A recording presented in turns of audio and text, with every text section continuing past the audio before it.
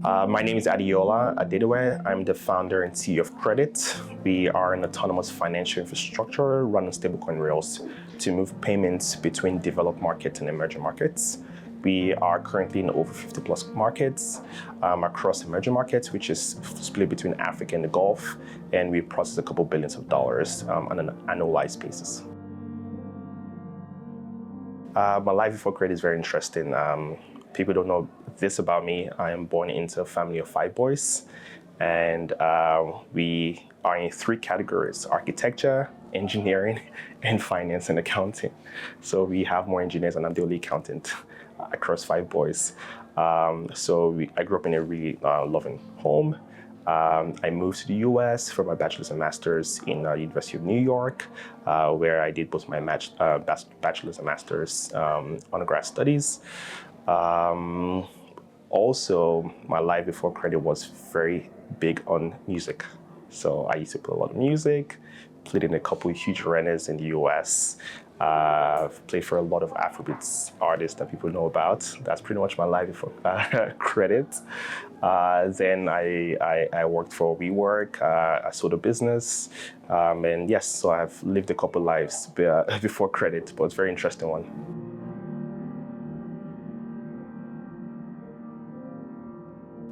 So this is usually my favorite example. You know, when I moved to the US, growing up, early on, I didn't have a bank account, but when I moved to the US, my first experience was getting rejected 17 times by a small credit card in the US. So that really shaped my ideology about access and financial infrastructure, especially in emerging markets. So what we found very uncommon was very common in the developed markets. So that was one of my most early memories about money movements, access, and then I worked for one of the largest banks that banked countries, banked large companies, the World Bank, and so many other organizations. And we were moving trillions of dollars within an infrastructure that was built 50 years ago. So I think those 2 key experiences really shaped my early stage growing up.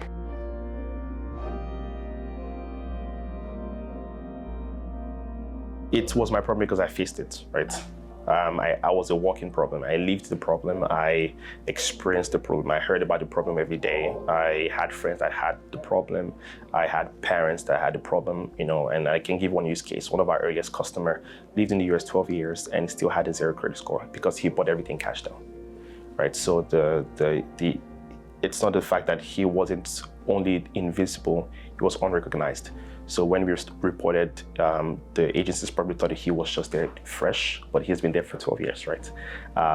So it was not only my problem, it was a community problem, but the reason why I recognized it because I heard about it every day. I experienced it myself outside the rejection. It's a constant that even if you build a credit score, you are that one negative reports to going back down to the 500s, and you have to keep building. It's always a constant building cycle. So it's never like you've achieved a score and you're there for a long time. If you miss a payment, you can get a 200-point scope of your credit score. So that's why I really realized the problem because it was pretty much in my ecosystem.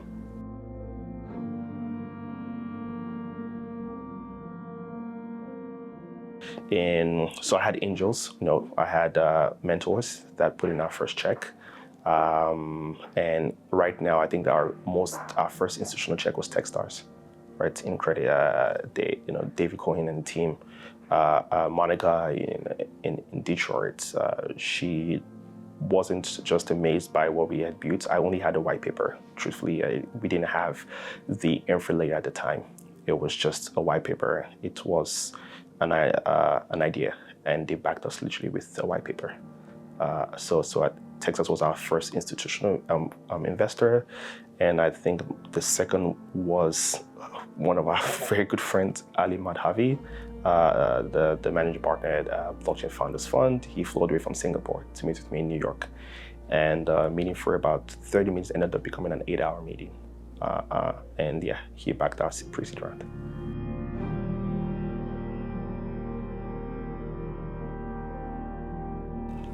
So there's cycles that I've been able to identify. One was when we realized we were not burning to acquire customers.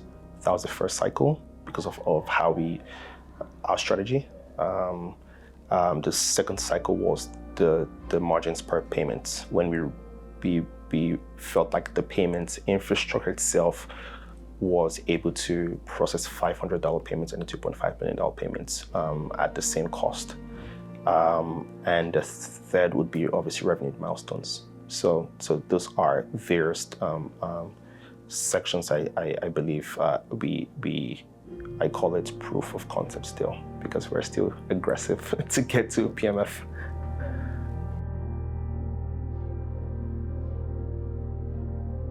Yes, once my credit score went up.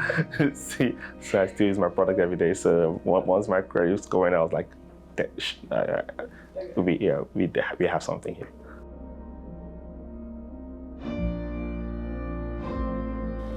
Great question.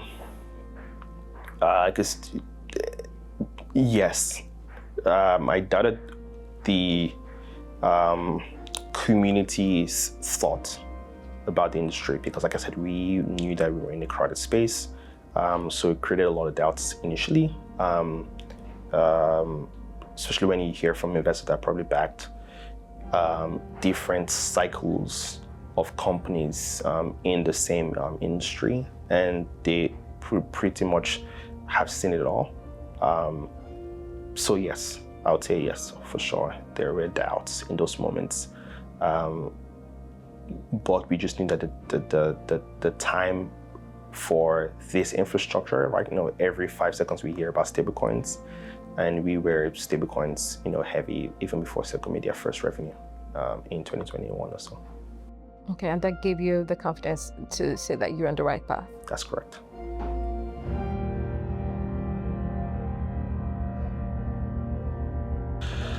Day one, every time I spend time with some of our newest backers, they're very amazed that we've been building infra from day one. Because like I said, we had to really dig deep into what made us unique.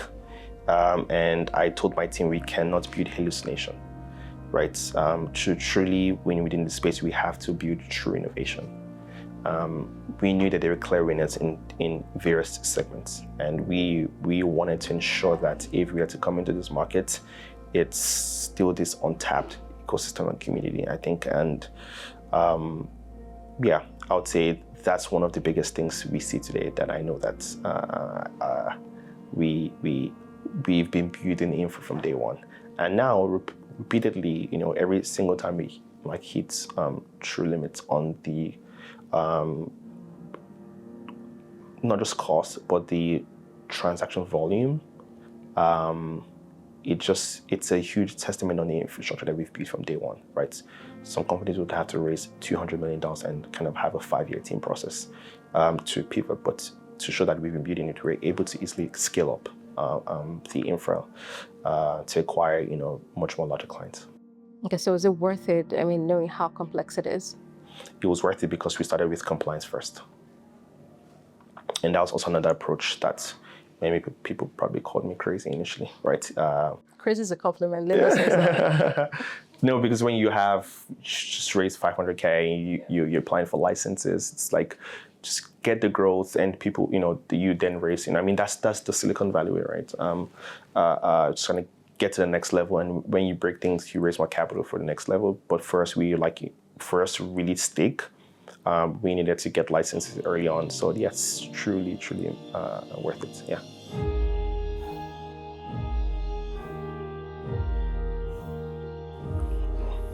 There's a lot more similarities across markets than people think. Look at Africa, for example, 42 currencies, 54 countries, but very similar in behavior. So last year we did an African tour, because there were places our payments were a region that we've never been to, right? So we wanted to really understand, how the infra layer has been built there, if we should even scale further, if it's worth our time, if we've hit true limits, throughput limits in those regions. So we were very vested, in doing that. And this is one of the things that people don't know about us, is we try to get unfiltered data. because then we can make the most structured data from that unfiltered structured data. So yes, it's more similarities than differentiations. So in terms of culture, in terms of the people, in terms of systems, so we're able to easily scale because we have, our strategy was around more financial institutions and being that we're licensed. So we were speaking in this space versus someone coming fresh into the market without a license. It was very hard for them to penetrate. So our similarities really helped us scale a lot faster. And I would obviously not take it out from the investment network of African Investor and Partech that played a huge role into giving us validation on the ecosystem.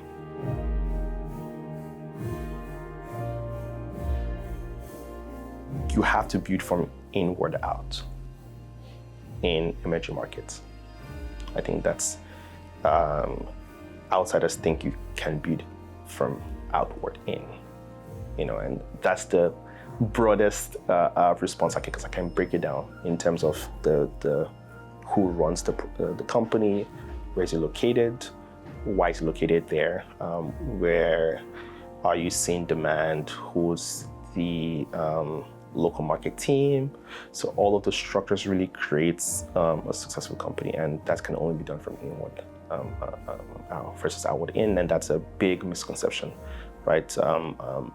Before we are even considering putting a head of location, we've been running it really locally across multiple institutions, and that has given us a huge edge because we have a relationship with our partners.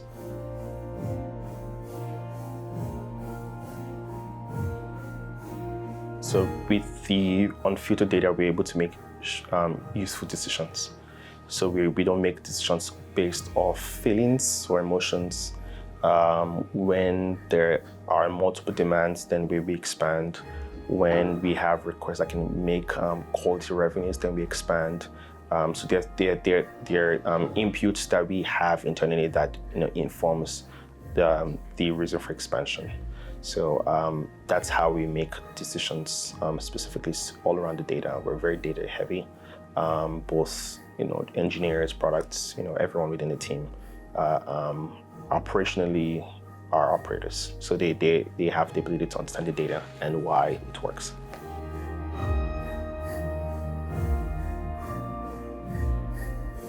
When you are in a crowded space, it creates much more uptight experience, especially when the investment network, they believe they've seen every type of facet of company, and they're almost convinced that there's already a ceiling and it cannot break past the ceiling. So it's pretty tough.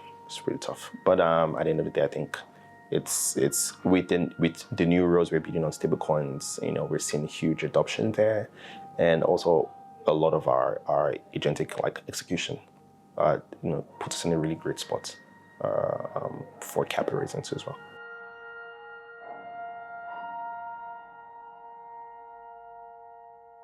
So initially was the credit scoring process. It was very hard for them to understand how that worked. Then now you don't have a single treasury team. Why is that?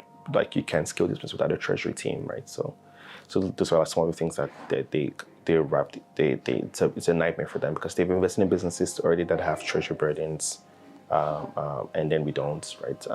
And then once they spend more time with me every now and then they understand why we don't have a treasury burden. So yeah, those are some of the things that they find it very hard to understand. But once they do, they are able to explain it properly to their peers. I think what's very easy is cross-border payments. They know that the demand is there. It's just who will be able to get it to its full potential or even reach more limits is where they understand that, because they also have experiences. They will try and make a payment internationally. It will be stuff for a month. Yeah.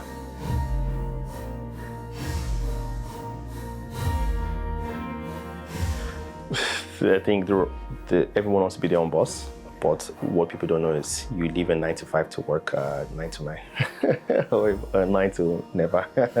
So that is usually where they usually think it's all glossy, but it's extremely tough and hard.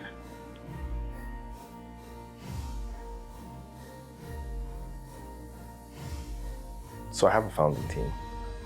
to put that in there. Buka Arinze, he's my chief product officer and a co-founder. I have my CTO, is a co-founder as well, Hakim Oriela, and Face Woman, she's in Atlanta. So I have a founding team. I'm a solo founder, but I have a founding team that has tremendously helped me get to this level of scale. A lot of the decision making and strategy was all done together. Now I obviously control the vision and where we need to go to and how I see the company's next steps. But in terms of thorough execution, these are the guys that make it work. I tell people I've not hired a single person. Faith is completely, she owns that piece and she finds the right people for us to scale our organization. So I think across different facets of the business, top-notch execution are being done by these three guys, and it just makes my job a bit easier. And so I just want to recognize them.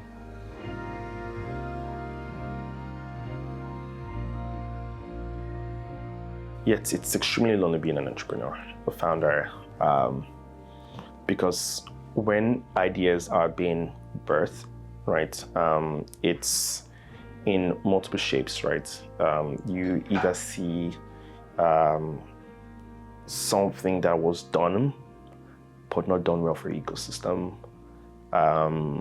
or you see something entirely new that has potential. So I have a mentor that says it starts from instinct, right? You have that internal instinct, and then it just kind of brews within you for a long time, until it becomes like intent, which is data, structure points. So yeah, it's extremely lonely. Like so the thought process, the ideation, yeah. But yeah, it's the life of a founder.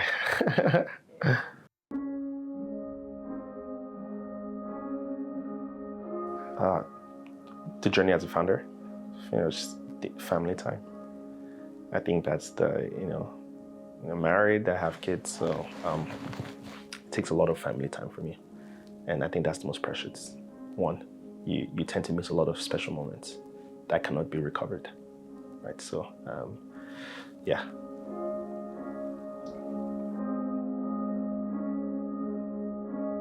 So we've built an autonomous process now, and how we've been able to ease decision making is to ensure that we don't have so many people, right? Started with hard work, and now we're in smart work. We're in a smart work era, right?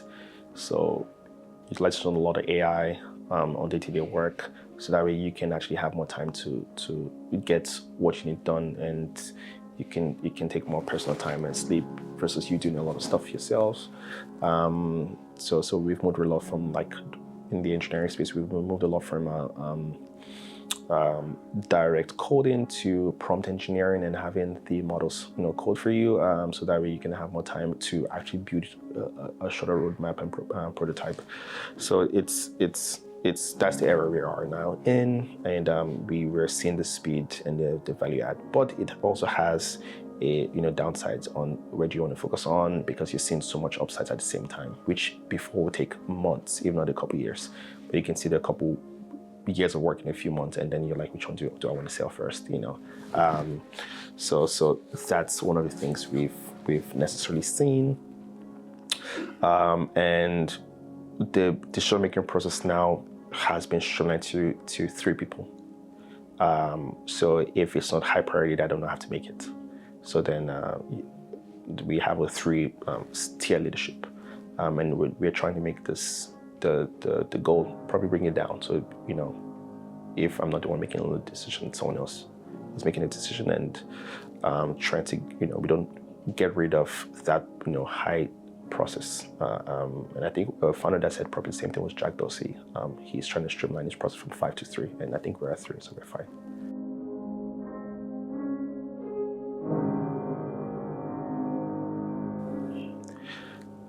Decisions that have time commitment feels a lot heavier, because I'm like, if I'm going to commit my time to something, it has to yield results because I know what I probably lost. Those are like heavy decisions that I have to make. That has time commitments. Either we chased this contract that we thought was going to be some X amount of revenues, but ended up leaving something else. But then it didn't turn out to be that, and we lost revenue opportunity somewhere else. Like things like that is the heavy part of scaling the company, I think. But now we're hiring smart people to cover those loopholes.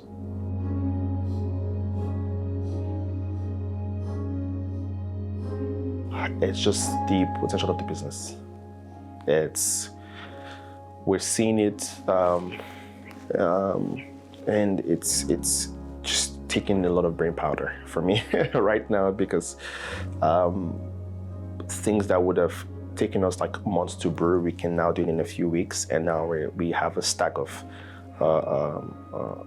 things lined up, and now we're just gonna ship it things super fast.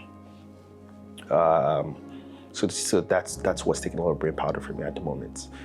Another thing too as well would be the next level of the infrastructure, like where do I want to beef up the infrastructure more to create a very strong differentiation between the next person. I think those two will be taking your brain powder.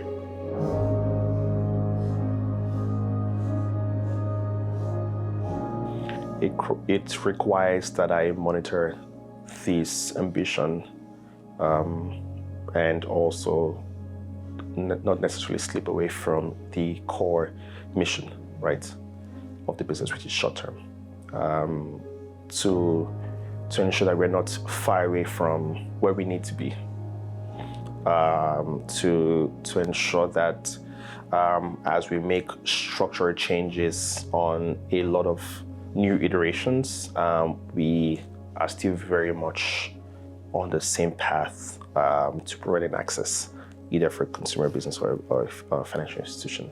So that itself is what I actually do monitor.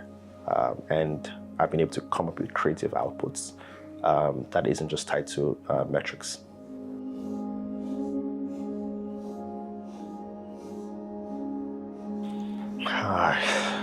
Great question. The most identifiable inflection point was, I think one of the biggest part would be on the partnerships that we've established. When we now converting those partnerships from a vendor partnership to a customer partnership, I think that was the biggest inflection point that we had. Is rather than us paying, we're not getting paid from partnership that was built out many months and years ago. Without having to give so much details, what that looks like. But yes, so I think that was a big one. Then by nature, inflection point would be on milestones on revenues, right? Once we crossed 50 million ARR, I felt super good.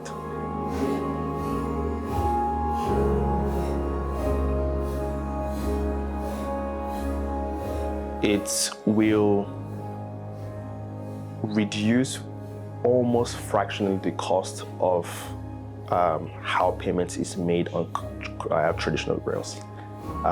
And that's why we really take our time on all the footprints, the layers on the liquidity side, the treasury side, and the settlement side on rails, on the switches. When it reaches its full potential, 1/3 of global payments would be running on our rails. And that's over $50 trillion. So now we're getting to your in-depth experience. So first of all, you start, how did they contact you? How did they find you? Let's start there. To be very truthful, I can't actually remember. But let me tell you the first time I saw an email from Olumide saying Uriel. No, actually. Ogugwa. Huh? Ogugwa. Yes. Okay, now it's coming to me. Yes, Ogugwa Partek. Yes, she was the one that made an introduction to Uriel. And Uriel actually then followed up with us. And we had a meeting with Olumide and the team. Okay, that's that was it. Yes, OG, yeah, definitely OG. Did you know about Endeavor prior to that introduction? Honestly, no. So it's so weird that our offices in New York is 18 minutes away, and just because I've just been so disconnected from the ecosystem because I work 7 days a week, like at minimum at least 18 hours, right? So I'm actively, my mind is actually always in a fuzz, like so. I didn't really pay attention to the ecosystem, which I should have. But one of the things I mentioned Endeavor to a few people, and it was like, for real, like.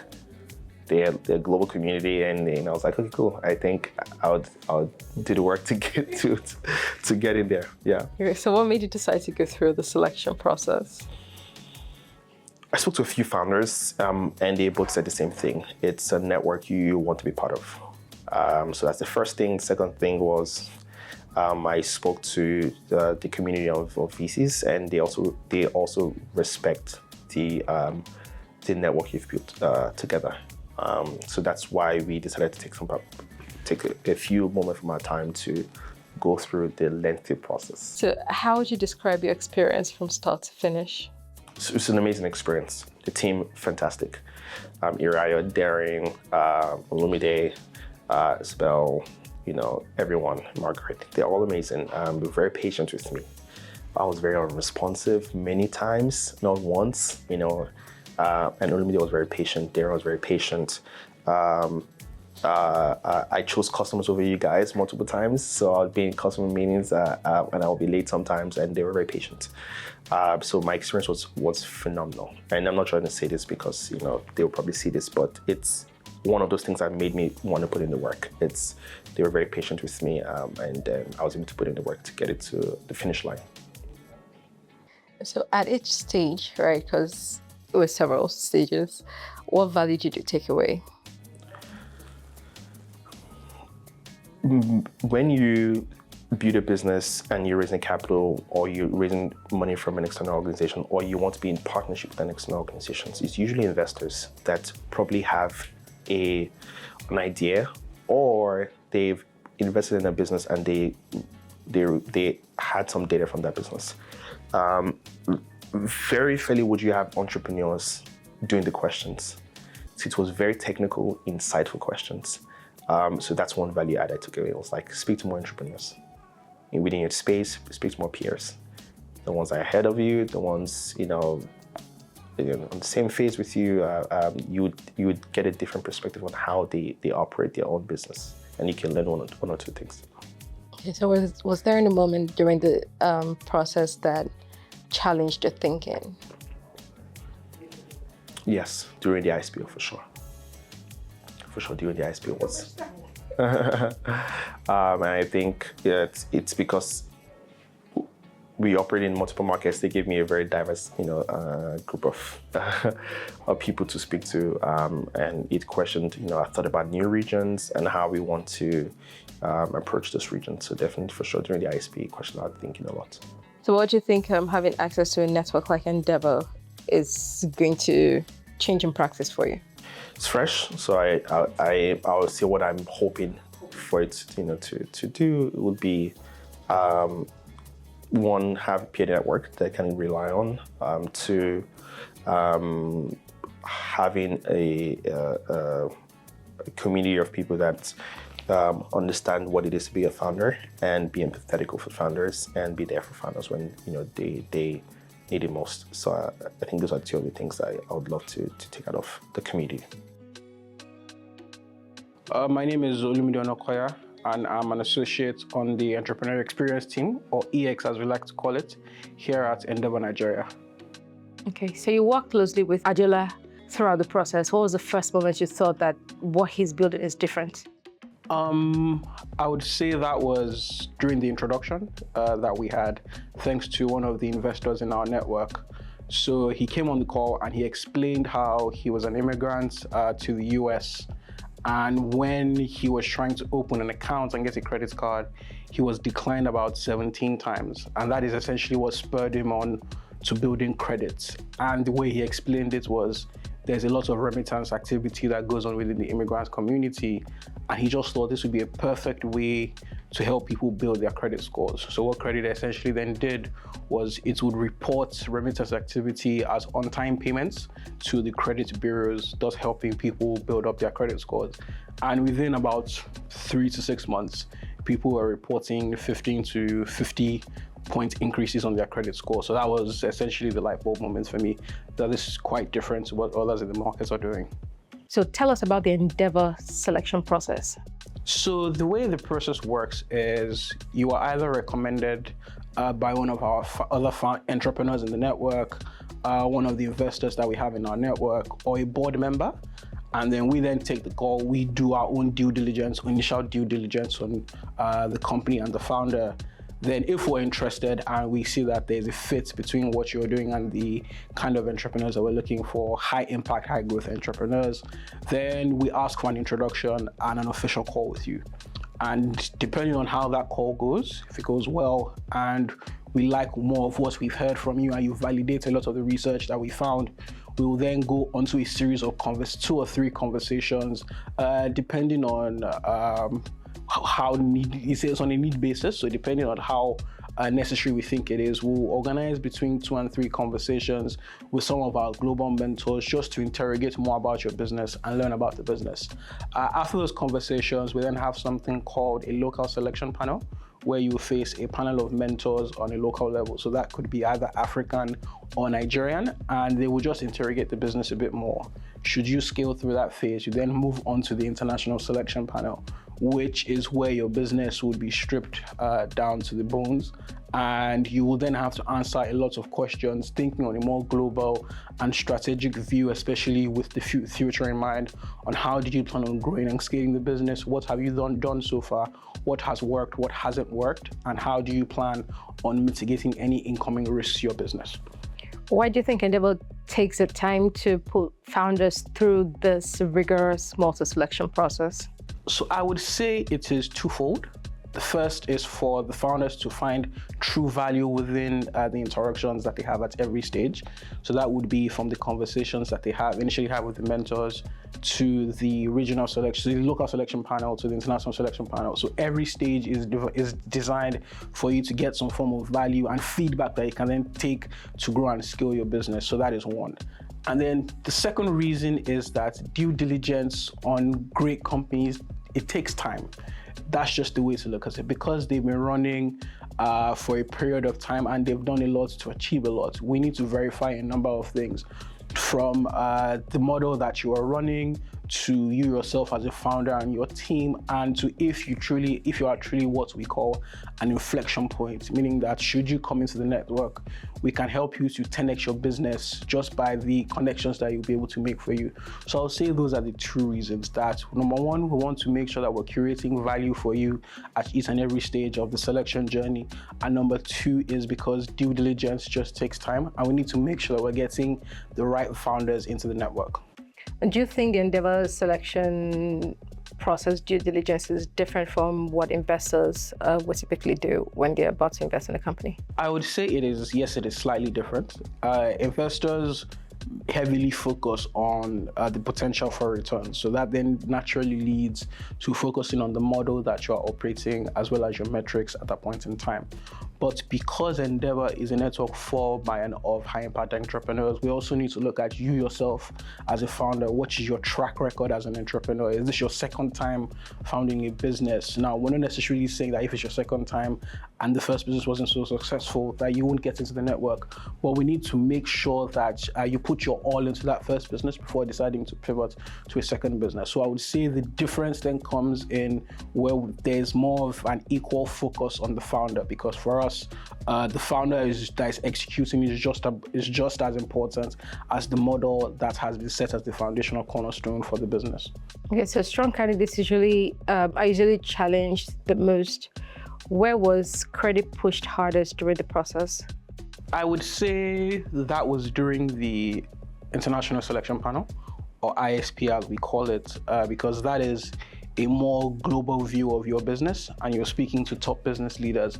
So that was when they really interrogated the mechanics behind credit, how it works, the model, Adeola himself as a founder, who he has on his team, and very challenging questions were asked by all the panelists on that day. So I would say that is essentially when Adeola was challenged during the whole process. And how did Adeola respond in these moments of pressure and challenge? He responded very well, actually, and he was commended by the panelists on that. They were very impressed by the responses he gave. They gave very glowing reviews. They said he was a brilliant founder. They even acknowledged that deciding to be a solo founder in and of itself is a brave feat, and they commended him on that. But he was very good at the ISP. From your perspective, how important is credit's shift from product to infrastructure? Even though while speaking to Adeola, he had mentioned that they were building infra from the beginning, just that it wasn't public facing. But yeah, how important is that? So to give a bit of backstory as to why there's now been a shift, after acquiring the millions of users with their B2C model, they noticed that there was a lot of demand from a lot of the B2C users that also had businesses, that it would be great if this product that we use to send money home, we can also use it to make cross-border payments with our businesses. And so Adeola had a light bulb moment that let's actually stress test this to see if it's something that our infrastructure can take. And they did, and it actually worked, which is what then led to pivoting to the B2B side of the business. So I do think that with the way that they are currently positioned to replace some legacy systems that are not only not very efficient, but are also very expensive, Credit is currently offering a more cost-efficient and time-efficient way of sending money across borders. So I do think that is why it is currently it is at an inflection point for the cross-border payments ecosystem in Africa. What do you think people misunderstand about what it takes to get through the endeavor selection process? So as I mentioned previously, the misconception that some people might have is once I have the numbers, I should be able to get into the network. It's not only about the numbers, it's also about you as a founder. What kind of person are you? Are you someone that wants to give back to the ecosystem that you've gotten so much from? Do you want to pour into the next generation of entrepreneurs that are coming after you? Do you want to be a multiplier? So those are the kind of things that people might not necessarily take note of. So they might focus a bit more on the metrics and forget that we also focus on you as an entrepreneur, because you're also coming into the network to give back to the ecosystem at large. What does the process reveal about a founder that you cannot get from public metrics or a pitch deck? So what the process will typically reveal is, because you're also getting to know the founder as well as the business, you then see more of the personal side of some founders. You get to know more about their interests. Are they interested in history? Are they interested in going to the museums? You then learn a lot more about founders. You also learn more about the dynamics between multiple co-founders and essentially how that impacts the running of the business.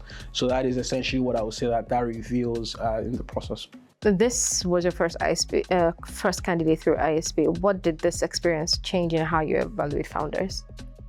Well, to speak to it being my first company that was selected on the first go, it was slightly nerve-wracking, particularly during the deliberation process on credit.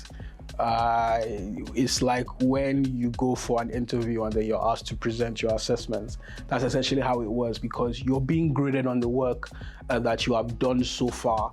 But credit them being ultimately selected then felt like a validation of the last few months of work that we have put into it. And now what it then revealed to me about how to evaluate companies going forward is that you need to really dive deep into the unit economics of a business, and you also need to make sure that founders themselves have an ingrained knowledge of what it is that they're trying to build.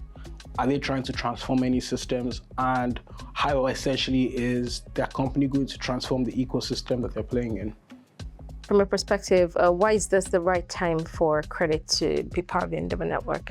So as I said prior, their shift to B2B is going to be very monumental and impactful for sending money from emerging markets to more developed markets, because the way to do it now, it takes a few days and it's very expensive and it's not cost effective.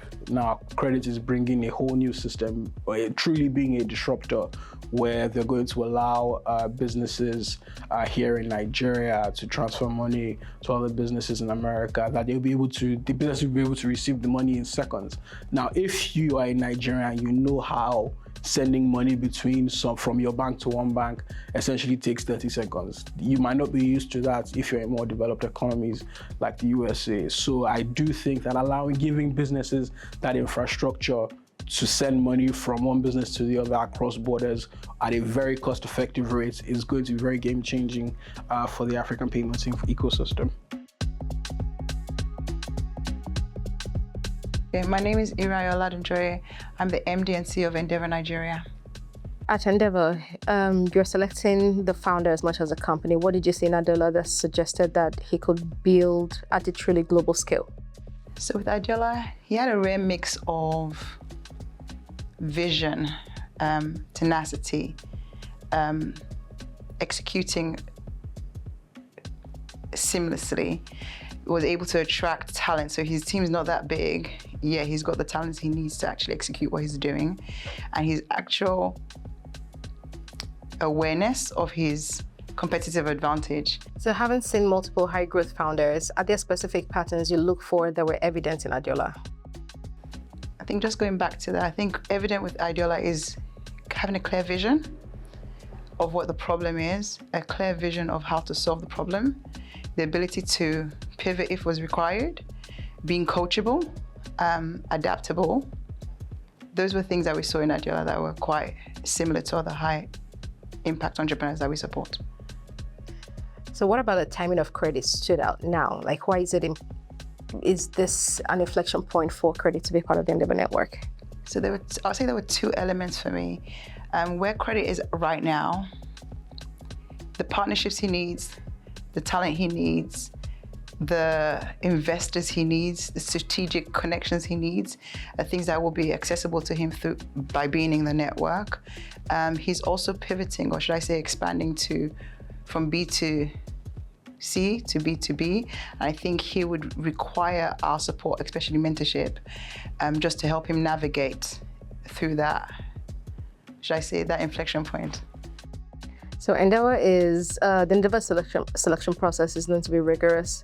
What is it actually testing for beyond what is visible on the surface? So ironically, Adeola made mention of that today. It can appear to be quite a long journey to getting into the Endeavor network, but it just, I think, reconfirms the due diligence that we carry out for every entrepreneur that actually comes into the network. You might be aware that I think about only 22% of those that apply actually make it into the Endeavor network. But things we're looking at are, how can I say, further buttressing what we said about what the actual entrepreneur is, if they're going to be able to inspire other people, are they going to be coachable? Are they going to be able to actually follow through? Are their dreams big enough? And I think Adeola had one liner that stuck with me, that he wants Kredete to touch 1/3 of the global market. I mean, that dream's big enough for us to be endeared to wanting to support him to actually reach that point and that goal in his journey. And he wanted to do this in 5 years, which I think is it's a big goal, it's a big dream. So we want to support him on that journey. So did your view of Adeola or the business evolve during the process? If so, how? At every stage, obviously, when he was meeting network members and they were drilling him, on every side of his business and himself, Adeola being able to answer those questions, or actually listen to and, try to be coachable, take into account what's been said, but more so than anything else, him actually having the know-how, factoring the complexity of what he's doing, him also wanting to actually go about scaling the hard way, which most people wouldn't do, just gave me more, should I say, I was more settled with actually wanting to make sure he came into the network, because he's going to go through the hard way. So he's going to need all the help he can get to get, say, for instance, the multiple licenses he's going to need, the partnerships he's going to need. But I think those are things that are needed to actually scale globally. And he had all of that.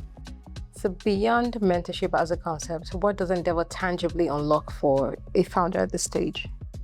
So the magic of Endeavor, I think, is our network. Our network is across 50 plus markets. Beyond mentorship, you think access to strategic capital is one thing that he needs. He spoke about it today, access to mentors operating at his level, access to talent that he might need. With things he's currently going through, he's going to need strategic investors that will be able to support him and open doors that typical mentorship might not be able to. Yeah. If Kredete succeeds at the level it is aiming for, what does that mean for Nigeria and the broader African ecosystem?